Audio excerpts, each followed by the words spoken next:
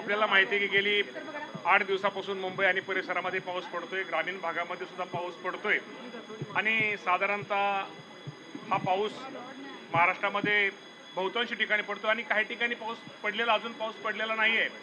परंतु ज्या ठिकाणी पाऊस पडलेला आहे त्या ठिकाणी माझ्या शेतकरी बांधवांनी जमिनीचा खाली वापसा बघून, ओलावा बघून त्यांनी पेरणी करावी.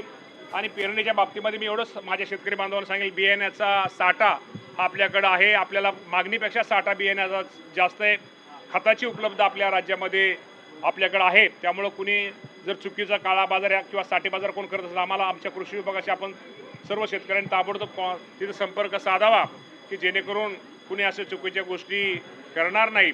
आणि निश्चित प्रकारे हा पाऊस जरी त्या मानाने खूप चांगला पाऊस या राज्यामध्ये पडलेला आहे आणि या पावसामुळं काही ठिकाणी अति पाऊस पडलेला आहे आणि त्या पावसामुळं कुणाचं जास्त शेतीचं जे नुकसान झालं असेल, फळबागाचं नुकसान झालं असेल, त्या बाबतीमध्ये निश्चित प्रकारे राज्याचे मुख्यमंत्री देवेंद्र फडणवीस साहेब असतील, एकनाथजी शिंदे साहेब असतील, सुनीतारावणी पवार असतील, या सर्वांनी आदेश दिलेले आहेत की निश्चित या शेतकऱ्यांच्या शेतीच्या नुकसान भरपाईचे पंचनामे करावेत की जेणेकरून तो अहवाल प्राप्त होताच आम्हाला राज्य शासनाला त्या शेतकऱ्यांना मदत करता येईल. बियाणांचा काळा बाजार हे काही शेतकरी करताना कळत आहे. त्याचबरोबर काही जणांनी धान्य साठवून ठेवून त्याच्या किमती वाढवण्यासाठी देखील या बाबतीमध्ये मी आपल्या सर्व शेतकरी बांधवांना एकच सांगतो की बियाण्याची उपलब्धता आपल्याकडं आपल्या मागणीपेक्षा जास्त आहे.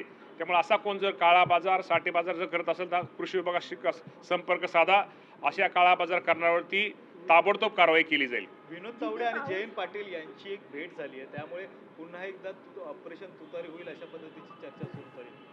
आता या बाबतीमध्ये मला काहीच कल्पना नाही आहे. विनोद तावडे साहेब हे खूप सिनियर नेते आहेत, जयंत पाटील साहेब सुद्धा खूप सिनियर नेते आहेत. शेवटी हे दोन्ही सिनियर नेते आणि खूप दिवस दोघांनी एकत्र काम दोघांनी एकत्र केलेलं आहे.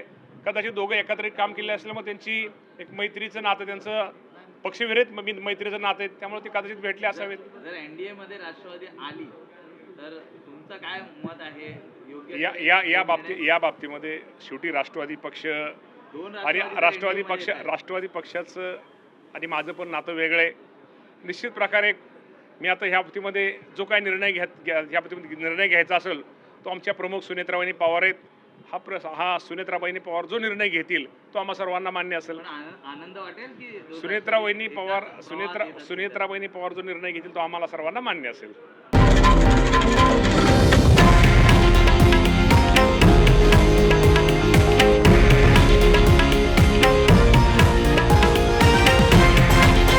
हे आहे देशातील नंबर 1 न्यूज नेटवर्क आणि आपण पाहत आहात TV9 मराठी, एकमेव.